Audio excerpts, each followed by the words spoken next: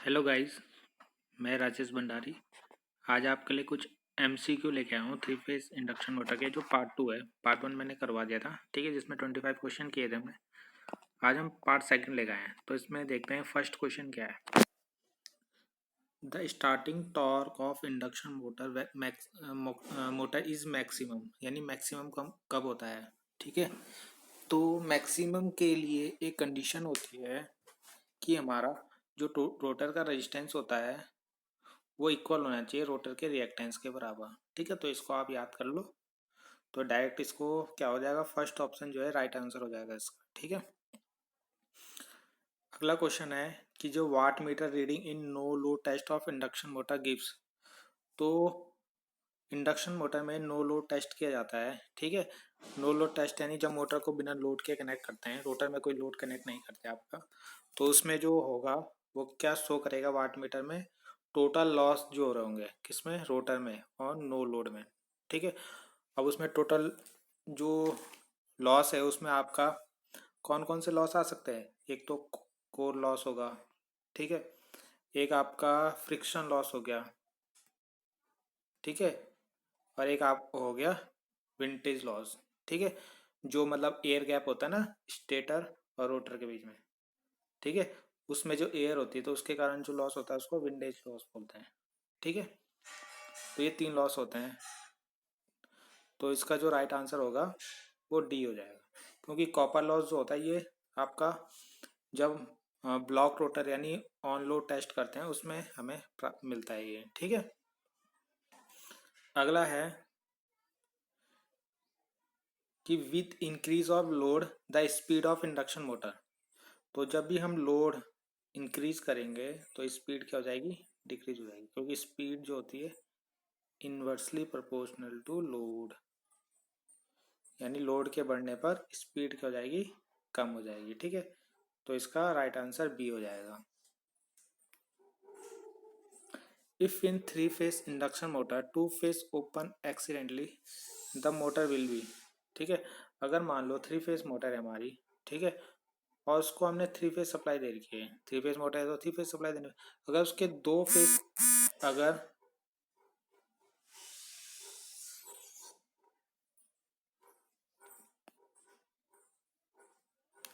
ठीक है, इस क्वेश्चन को देखते हैं। If in a three phase induction motor two phase open accidentally the motor will be. ठीक है, आप मान लो आपकी एक थ्री फेस मोटर है, ठीक है, उसको हमने थ्री फेस सप्लाई दे रखी है, उसमें से अगर जैसे आर वाई बी है, दो फेस अगर हमारे क्या हो गए, ओपन हो गए, यानी कहीं से मतलब टूट गए या उनमें सप्लाई नहीं आई, तो क्या मोटर क्या हो जाएगी, हाई स्पीड में चलेगी, स्टॉप हो जाएगी, या continue to run depending on load. ठीक है, तो इसका जो राइट आंसर होगा वो सी होगा। ठीक है, वो आपकी कंटिन्यू चलती रहेगी, मगर क्या है वो लोड पे डिपेंड है। ठीक है, क्योंकि वो सिंगल फेस मोटर की तरह काम करने लग जाएगी, तो सिंगल फेस मोटर की तरह काम करने लग जाएगी तो क्या होगा, अगर उसमें लोड कम होगा अराउंड 33% तक, यानी कुल लोड का मतलब जितना वो लोड ले सकती है उसका 33% होगा, तो वो आपका काम करते रहेगी। अगर इससे ज़्यादा होगा तो वो फिर बंद हो जाएगी। ठीक है, तो लोड पे डिपेंड होता है, तो इसका राइट आंसर जो होगा सी हो जाएगा। फिफ्थ है कि star the disadvantage of starting and induction motor with A star delta starter. तो क्या डिसएडवांटेज है, क्योंकि इसका जैसे हम स्टार डेल्टा स्टार्टर यूज करते हैं तो स्टार्टिंग टॉर्क जो हो जाता है 1/3 of the torque in the case of delta connection. ठीक है, यानी स्टार्टिंग टॉर्क क्या हो जाता है, कम हो जाता है किसका, मोटर का, अगर हम स्टार डेल्टा स्टार्टर यूज करते हैं किसको, मोटर को चलाने के लिए। ठीक है, बाकी मैंने स्टार डेल्टा स्टार्टर की जो वीडियो है वो मैंने पहले ही बना चुका हूँ। ठीक है, तो आप वहाँ जाके देख सकते हैं। अगला आता है improvement of the power factor and induction motor result. ठीक है, अगर किसी इंडक्शन मोटर का पावर फैक्टर अगर इंक्रीज होता है, ठीक है, तो उसका क्या क्या रिजल्ट होंगे, तो उससे उसका टॉर्क भी इंक्रीज हो जाएगा। ठीक है, और करंट डिक्रीज हो जाएगी क्योंकि इम्पीडेंस कम हो जाएगा। ठीक है, आपको पता है इंडक्शन मोटर का जो पावर फैक्टर होता है वो लो होता है, ठीक है, लैगिंग होता है। ठीक है, तो अगर हम नो लोड है तो उसमें अगर कोई कम लोड भैया, नो लोड की जगह कम लोड पे क्या होता है, इंडक्शन मोटर का पावर फैक्टर कम होता है। जैसे जैसे हम लोड बढ़ाते हैं तो क्या हो जाता है, पावर फैक्टर, लोड बढ़ाने पे पावर फैक्टर भी बढ़ता है। ठीक है, तो लोड बढ़ेगा तो टॉर्क भी बढ़ेगा। ठीक है, लोड जो होता है डायरेक्टली प्रोपोर्शनल होता है टॉर्क है। ठीक है, तो पावर फैक्टर इंप्रूव हो रहा है, यानी हमने क्या उसमें लोड बढ़ाया है तो टॉर्क भी बढ़ेगा। ठीक है, और करंट डिक्रीज हो जाएगी। तो ये होते हैं क्या फायदे पावर फैक्टर अच्छे होने के। ठीक है, टॉर्क इंक्रीज हो जाएगा और करंट कम हो जाएगी। तो इसका राइट आंसर जो होगा डी होगा। अगला क्वेश्चन आता है कि the rotor output of induction motor, output power दे रखी है मोटर की कितनी, 15 किलोवाट। किलोवाट को वाट में चेंज करेंगे तो 15,000 वाट हो जाएगा ये। ठीक है, 1000 से गुणा कर देंगे। स्लिप दे रखी है 4%, 4% यानी 4 को 100 से डिवाइड करोगे तो 0.04। तो कॉपर लॉस निकालना है, तो इसको मैंने सॉल्व कर रखा है, हम उसमें जाके देखते हैं इसे। ठीक है, तो ये मैंने यहाँ पे सॉल्व कर रखा है। ठीक है, क्या होता है, रोटर कॉपर लॉस का फॉर्मूला होता है S into rotor input power. ठीक है, कॉपर लॉस निकाल के, तो S into rotor input power. तो हमें पहले रोटर की इनपुट पावर निकालनी पड़ेगी। आउटपुट पावर तो उसने दे रखी थी 15,000 वाट। ठीक है, पी इक्वल टू 15,000 वाट। ठीक है, तो रोटर आउटपुट पावर का एक और फॉर्मूला होता है एन आर का 1 - S into rotor input power. ठीक है, तो यहाँ से हम रोटर इनपुट पावर निकाल लेंगे इस फॉर्मूले से। ठीक है, तो इनपुट पावर यहाँ से निकाल के यहाँ पर रख देंगे। तो रोटर की आउटपुट पावर कितनी है, 15,000। ठीक है, इक्वल टू 1 - एस, तो 1 - यानी 1 - 0.04 into rotor input power, rotor input power. ठीक है, तो इनपुट पावर निकालने के लिए ये पूरा 1 - 0.04 को क्या ले लेंगे, 15,000 के डिवाइड में ले जा लेंगे। ठीक है, तो 15,000 के डिवाइड में लेके आ गया मैं यहाँ पे इसको। तो जब हम इसको डिवाइड करेंगे तो 15,625 वाट आ जाएगा रोटा इनपुट पावर। ठीक है, अब रोटा इनपुट पावर जो हमारा है उसको यहाँ पे इस फॉर्मूले में रख दो यहाँ पे, और एस से मल्टीप्लाई हो जाएगी। तो एस की वैल्यू 0.04 है, 15,625 से गुणा करेंगे तो 625 वाट इसका राइट आंसर आ जाएगा। तो इस तरीके से हम रोटर कॉपर लॉस निकाल लेंगे। ठीक है, तो नेक्स्ट क्वेश्चन देखते हैं।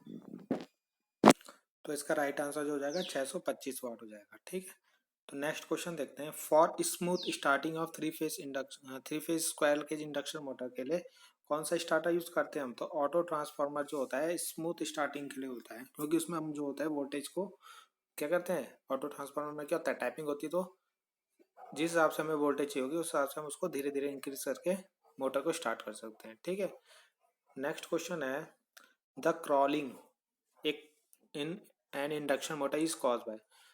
अब देखो क्रॉलिंग क्या होता है, क्रॉलिंग होता है कि जब तुम्हारी मोटर जो होती है क्या होगा, उसकी स्पीड कम हो जाती है। ठीक है, 17 टाइम्स। ठीक है, 1/7 भाग क्या हो जाता है, कम हो जाती है तुम्हारी मोटर की एक्चुअल स्पीड। ठीक है, तो उसे बोलते हैं क्रॉलिंग। अब वो किसके कारण होती है, हार्मोनिक्स जो डेवलप होते हैं तुम्हारी मोटर के अंदर।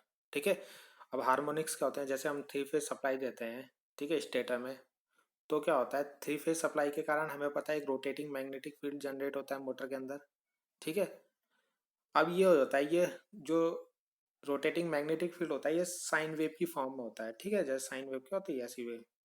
ठीक है, तो थ्री फेज होता है तो 3 वेव होती है, मगर ये प्योर साइन वेव नहीं बनती उस समय, वो क्या बनती है, थोड़ी साइन वेव नहीं होती है, वो उससे अलग बनती है तुम्हारी। ठीक है, तो उनको बोलते हैं हम हार्मोनिक्स, जो होती है थर्ड, फिफ्थ, सेवंथ हार्मोनिक्स।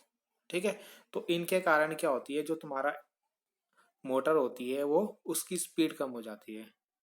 ठीक है, तो इसका राइट आंसर क्या हो जाएगा, harmonic develop in the motor, तो उसके कारण क्रॉलिंग इफेक्ट होता है। और हार्मोनिक मैंने बता दिया कि जो ये होती प्योर साइन वेव नहीं होती, जो इसमें सप्लाई ईएमएफ जनरेट होता है। ठीक है, वो प्योर साइन वेव नहीं होती है, थोड़ी कॉम्प्लेक्स टाइप की हो जाती है। ठीक है, तो उसके कारण third, fifth, seventh harmonic generate होते हैं, जिनके कारण क्या होता है, क्रॉलिंग इफेक्ट होता है, मोटर की स्पीड कम हो जाती है, एक्चुअल स्पीड से कम हो जाती है। ठीक है, 11 क्वेश्चन जो है कि the number of slip ring on a squirrel cage induction motor. तो स्लिप रिंग जो होती है इंडक्शन मोटर में कितनी यूज होती है, तो इसका जो राइट आंसर होगा नन, क्योंकि स्लिप रिंग इंडक्शन मोटर में हम स्लिप यूज नहीं करते हैं। ठीक है, तो इसका राइट आंसर नन आ जाएगा।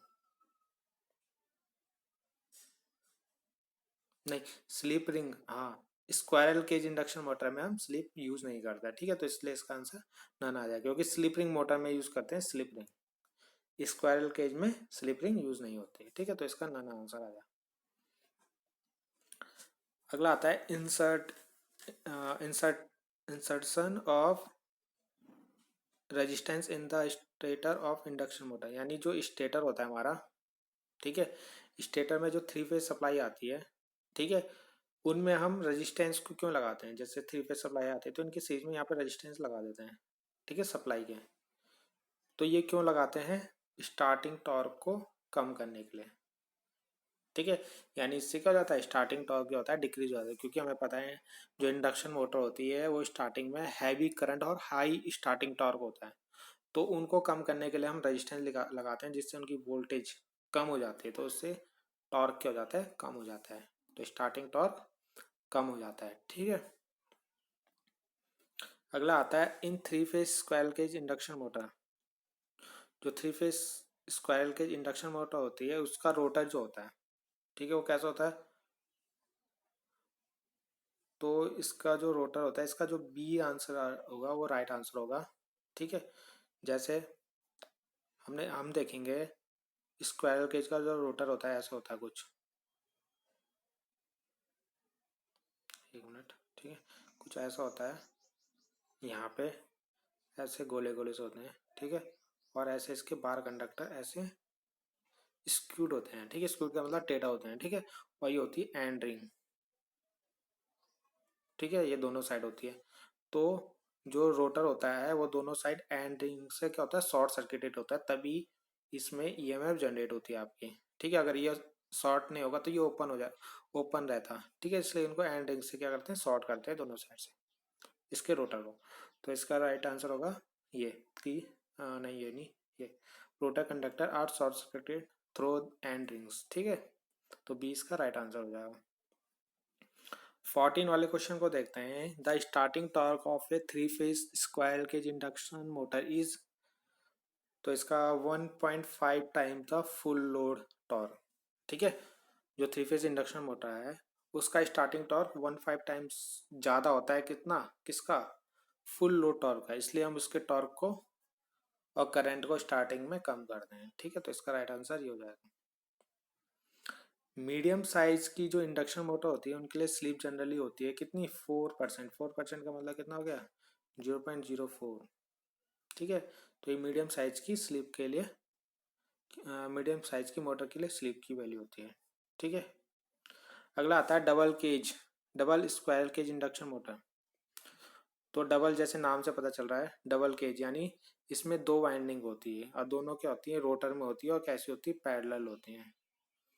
ठीक है, आपस में पैरेलल होती है, एक बाहर होती है एक अंदर। ठीक है, तो उसको बोलते हैं double square gauge induction motor, और दोनों पैरेलल होती है, रोटर में की जाती है। अगला आता है N induction motor is, self starting होता है और लो टॉर्क होता है, तो इसका राइट आंसर ये हो जाएगा। अगला क्वेश्चन है the shape of the torque slip curve of induction motor, तो इसका राइट आंसर आ जाएगा रेक्टेंगुलर पैराबोला। ठीक है, कुछ इस तरीके से बनता है टॉर्क स्लिप। ठीक है,